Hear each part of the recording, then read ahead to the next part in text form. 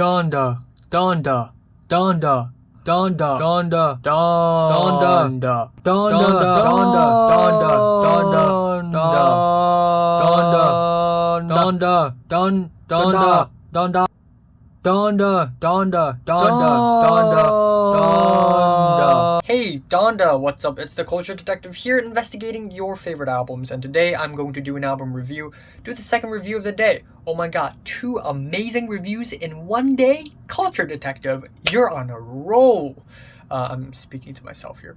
Yeah, I'm going to be reviewing the latest Kanye West album, Donda.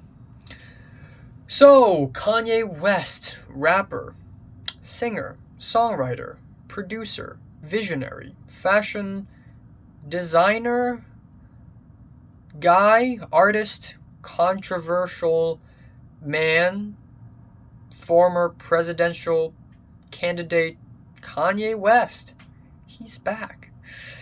And yeah, I think everybody knows who Kanye West is. All the way from The College Dropout to My Beautiful Dark Twisted Fantasy, Kanye West has been one of the most influential and one of the most important rappers of all times. His very soulful and artistic and flavorful spins on hip-hop has been one of the trademark things in rap history. Also, we cannot forget to mention that Yeezus and 808s and Heartbreaks has played such an important role in shaping genres like trap rap. Anyways, Kanye West is an artist, definitely, and not just any artist, but an artist because of how unhinged and unpredictable he is. We can't forget the 2016 The Life of Pablo album with a very strange album cover that I, for some reason, really like. And the fact that he came out with this album, he released this album, but then throughout the next 6 months he would go on to make lots of changes here and there in this album and basically made it better, I guess. You know, I'm a fix wolves. And then I think in the year 2018 he came out with 5 albums, each album being about 23 minutes long, and these 5 albums are 5 different albums. One of them is his own solo project. There was a collab with Kid Cudi called Kids See Ghosts. There is the Daytona album by Pusha T, there's the Nas album, and then there's the Tiana album. And then afterwards there is the whole presidential candidate mess where he basically tried to run for president as a Republican, which was very controversial and very dividing, and everybody's crazy about it. The rants and crazy interviews didn't really improve his public image at all. Things got even weirder when he publicly claimed to be Christian. I mean, he's always been somewhat Christian. I mean, again, in his first album, The College Dropout, there is literally a track called Jesus Walks, and it's still one of my favorite Kanye songs. Duh, everybody knows that it's great. But Kanye really turned full Christian when he got himself a full-on gospel choir called the Sunday Service, and also made a gospel rap album called Jesus is King, which actually became, in my opinion, probably the worst Kanye West album to date. It's just very inconsistent. A lot of the tracks are just poorly written, and it lacks a lot of artistry. Things get even messier when Kanye West announced that he was going to release Yandhi last year, which generated a lot of hype, a lot of discussion online, a lot of theories, but Yandhi was never released, actually. And things get even messier when Kanye West had divorced his wife, Kim Kardashian. Anyways, finally Kanye West has announced that he's going to be releasing another album by the name of Donda, which refers to Donda West, Kanye West's mom. And after Kanye West's mother had passed away, Kanye had produced and released 808s and Heartbreak, which is a very beautiful album. But now he's gone even further into the effects of his mother's passing, his divorce with Kim Kardashian, and his newfound well, not newfound, but his focus on the Christianity faith on this album. And the rollout for Donda is also not tidy and clean at all. In fact, it's also really messy. There is a delay after delay after delay. In the middle of releasing this album, he has a beef with Drake, which has caused a lot of controversy. Even more controversy when he decided to include DaBaby, Marilyn Manson, and Chris Brown into the album. DaBaby because he's been canceled by his homophobic remarks. Marilyn Manson canceled because of sexual harassment and abuse accusations. Chris Brown because of also sexual harassment and abuse, as well as domestic violence accusations, just accusations here and there. And there are also listening parties left and right for the rollout of Donda, held in the Mercedes-Benz Stadium. And Kanye West himself even lived in the stadium in order to finish the album. Famously, one day he tweeted that he can't finish the album because there's a bee in the studio. But ultimately, finally, Donda is released.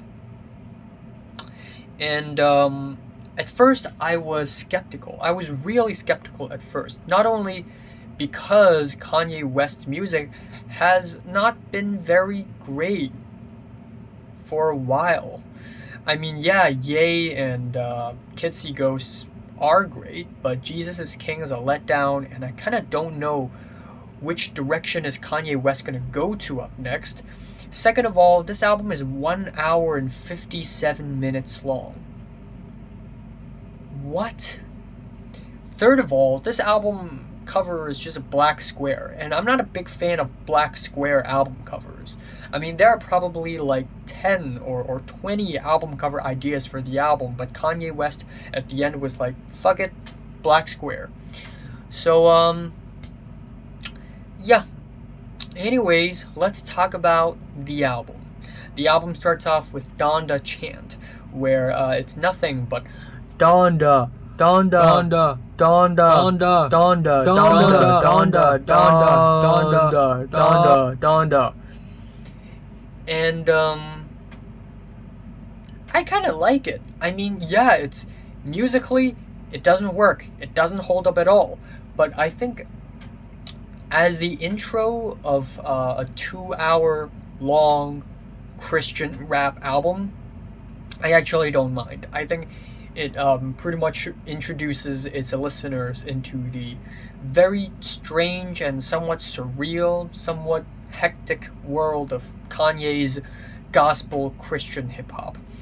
Then it is the track Jail with the distorted guitar riffs and the very shouty vocal performances by Kanye West, as well as Jay-Z. They are back, and let me tell you this, Jay-Z's verse on this track is absolutely amazing, from the Watch Out for the Return of the Throne, because Jay-Z and Kanye West is Watch the Throne, but also Jay-Z referring to himself and Yeezy as Moses and Jesus, which again, it feels like, man, sometimes in this album it feels like the artists featured on this album doesn't even care about Christianity all that much, but because the album is Christian, they have to tie some sort of Christian theme to the verse, to their lyrics, which is a little bit funny. But anyways, Jay-Z's like, oh, me and Yeezy, Moses and Jesus, and it's a pretty fun opening. I like it. It's drumless. It's also kind of stiff and robotic and airy and spacey, and I'm not a huge fan of that kind of style, but this track as the very theatrical opening for the album actually totally works. Next up, God Breathed. And this track features scratchy vocal samples, a light, harsh beat, as well as a haunting gospel choir sample in the back. Now, what bugs me a little bit about this album is that this album is actually not as artistic as I would have hoped it to be. I mean, after MBDTF and The Life of Pablo, I've been expecting a lot of very creative sampling and very creative beats by Kanye, but this album doesn't give a shit about that. It gives a shit about gospel, choirs, soul music, and light beat and that's fine. And that's basically God breathed. I think Baby Keem's verse is just a little bit mediocre, and the outro is a little bit long, but I actually still like the track instrumentally. Kanye's lyrics is again a little bit hectic, trying to sound very powerful and godly, but also kind of like himself, kind of personal at the same time. I don't need your lawyer fees. God breathed on this. I know God breathed on this. Next up, we have Off the Grid, and damn, this track is a total banger. It has a really nice drill beat, a grimy bass. It is a futuristic banger. I think Playboi Carti goes hard on this track. Kanye West's flow is great, but the person who steals the show is Fivio. He goes absolutely ham on this track. Amazing flows, amazing lyrics, very tight. And a little bit later in the album, we're going to have a really weird Pop Smoke posthumous tribute. And I feel like if there's a track where Kanye should have mixed Pop Smoke into, it would have been Off the Grid. It would make the track way better, but still the track is great enough already. Then it is the track Hurricane with its chilling, spacey gospel choir vocals with a spin of Kanye. Kanye returns with a more old school flow, which is really nice. And Lil Baby's feature on this thing is not bad. For the last couple of years, Lil Baby has been one of the most boring rappers to be known by mankind, only to be defeated by Nav. But Lil Baby has actually been improving. Really nice. And The Weeknd also shows up on this track with a very smooth and beautiful vocal performance. Afterwards, it is the track Praise God. And not one of the better cuts on the album, unfortunately. It has a slow trap beat, an eerie gospel backdrop, which is not that bad, but the flow is just kind of awkward for me. And overall, the track is just kind of mild. Jonah is another track that kind of grows on me the more times I listen to it. At first, I was kind of thrown off because Kanye West basically censors all the swear words on this album, but on Jonah specifically, it's censored in a way it just sounds really awkward. But I actually think it's not bad. The track is soulful, it is personal, it sings about needing a shoulder to lean on, and I like the performances. I think Vori and Lil Durk give a really compelling performance here. I like the lyrics about rejecting other people, but also isolation, because, again, Kanye West, with all his controversies, he must have a lot to say about this. Then we have the track OK OK with a bassy beat and atmospheric backdrop. And my problem with this track is that melodically and hook-wise, this track is a little stale, kind of mild. Then there's the track Junior, which is another track that I'm a little bit half and half on. First of all, this track doesn't even sound like a Kanye West song. It sounds like a Playboi Carti song with the psychedelic synths, the repetitive beats, the ad-libs. I can't do it now because obviously my voice is getting more and more raspy as I talk more, because I've already talked a lot today. But the crazy ad-libs. And of course, as expected, Playboi Carti is on this track. And he's fine, but Kanye West doesn't really match Playboi Carti's flow at all. This on Donda, on my mama, Next up, we have Believe What I Say. Now we're finally entering the second half of the album, because goddamn, Believe What I Say is genuinely, in my opinion, the best Kanye West song since Famous. I love this song. I think it is absolutely fantastic. It has a really nice groovy bass, a soulful Lauryn Hill sample, and it is overall a very beautiful and catchy hip hop song, even though it is completely out of place from the very heavy personal Christian themes of the album. It's completely out of place. It doesn't need to be on this track list, but I'm happy it's on this track list because it sounds fucking amazing. And again, best Kanye song since Famous. I'm telling you.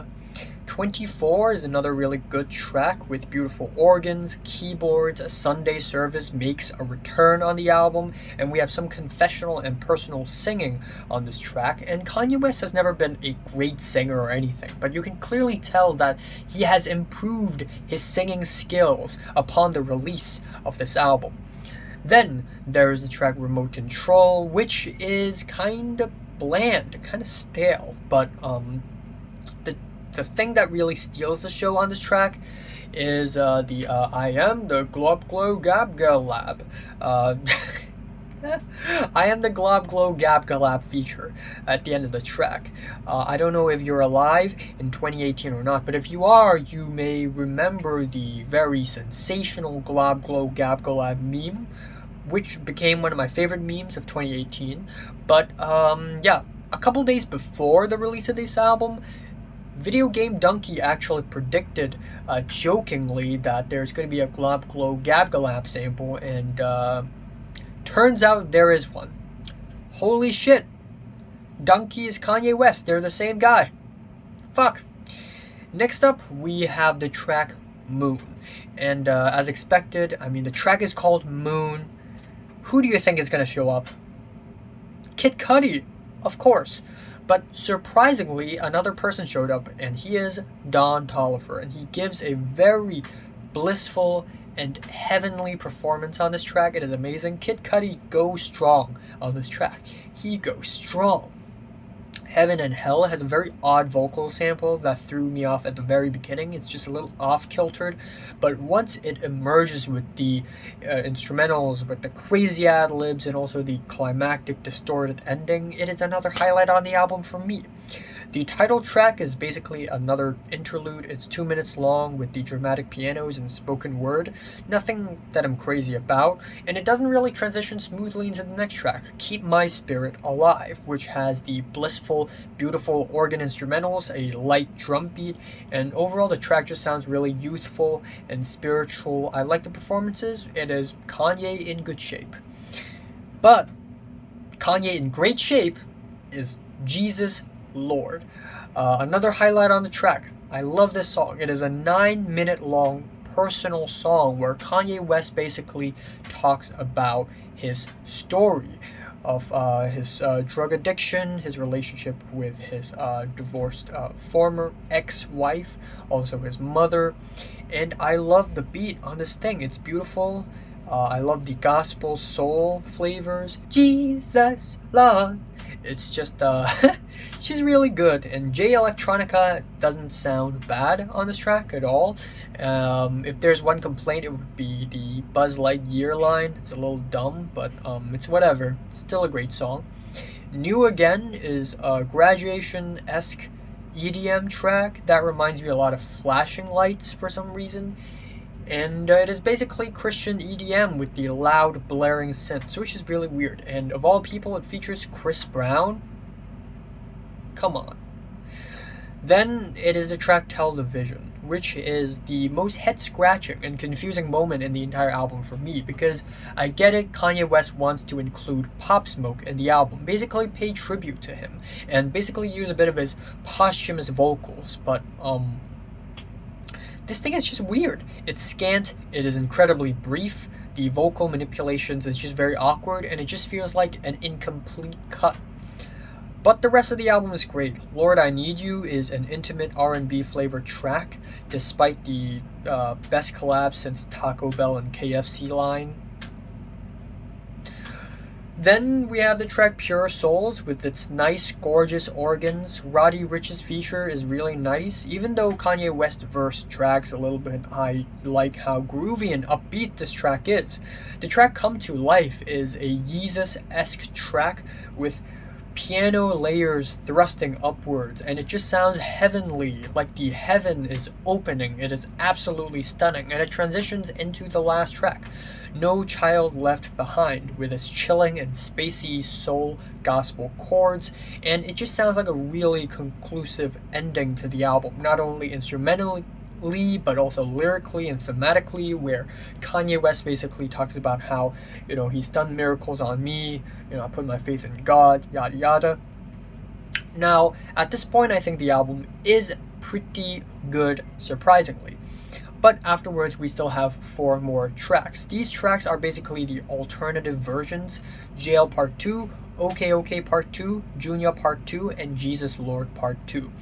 In Jail Part 2, it features Marilyn Manson, and that aside, I think instrumentally and musically it's just not that great.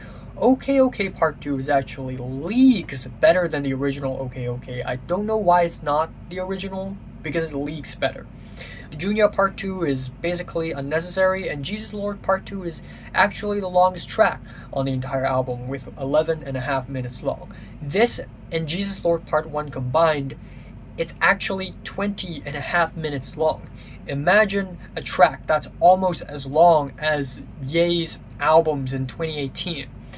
But yeah, I don't know what else to say. I know it's a long review, it's a long album, it's a long review. There's lots to talk about when it comes to Kanye West, and my voice has become kind of raspy already, so I'm just gonna shut up now.